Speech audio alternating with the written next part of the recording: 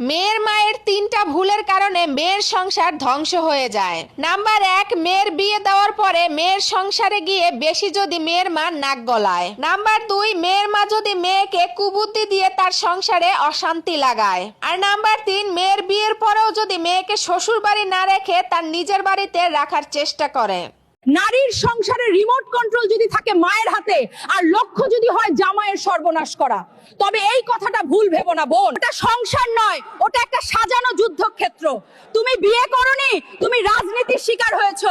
নিজেকে প্রশ্ন করো, তুমি কি বিয়ে করেছো নাকি মায়ের শিখানো চিত্রনাট্যে অভিনয় করছো? মাকে এই ভিডিওটা পাঠিয়ে দিয়ে বলো, মা আমার সংসারটা বাঁচতে দাও। গাছ যদি ভালো হয় তাহলে সে গাছের ফলটাও কিন্তু ভালো হয়।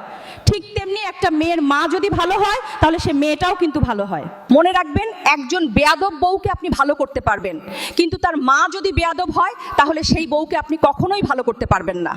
খবরদার শাশুড়ির সাথে বেয়াদবি করবেন না। শাশুড়ি আপনার মায়ের মতো। আপনি আপনার বাড়ি ছেড়ে নতুন বাড়িতে আসছেন, এটাই আপনার বাড়ি।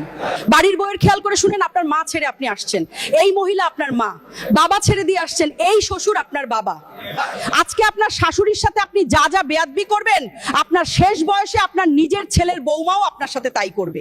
আপনি কি একজন বেয়াদব নারীর সাথে ঘুমাচ্ছেন যে আপনার কবরের আযাবের কারণ হবে? শুনে নিন সেই অভিশপ্ত নারীর 5টি লক্ষণ। নাম্বার 1, সে আপনার কোনো আদেশই মানবে না, কারণ আপনার থেকে তার কাছে তার অহংকারই বড়।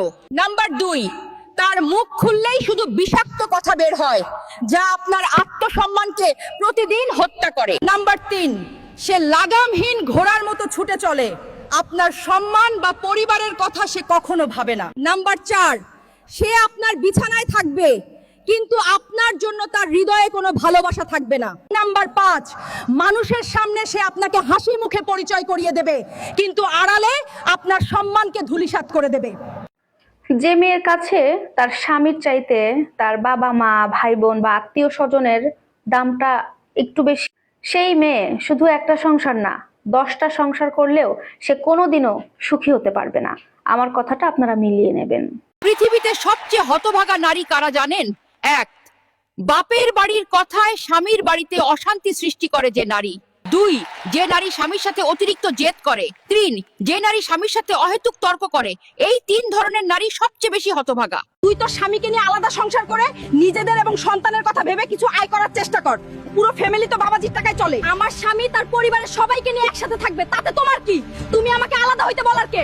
তুমি কি আমার সংসারে আগুন লাগাইতে আসছো নাকি? দুনিয়ার সকল বোনদেরকে বলছি, তোমরা বিয়ের পরে মায়ের কথা শুনে নিজের সাজানো গোছানো সংসারটাকে নষ্ট করো না। ডিভোর্সের পরেই বোঝা যায় স্বামী ছাড়া নারীর কতটা মূল্য। ভাই মরলে ভাই কাঁদবে, কাঁদবে না ভাইয়ের বউ। ভাইয়ের বিপদে ভাই ছাড়া পাশে থাকবে না কেউ। ভাইয়ে ভাইয়ে মিল না থাকলে শান্তি থাকে না সেথায়। তাই নিজের ভাইকে কষ্ট দিও না ঘরের বউয়ের কথায়। পরের মেয়েকে আপন করে নিয়ে এসেছো ঘরে। ভাই ভাইয়ের সম্পর্কের মূল্য তারাও একদিন বুঝবে, এখন না হলেও পরে।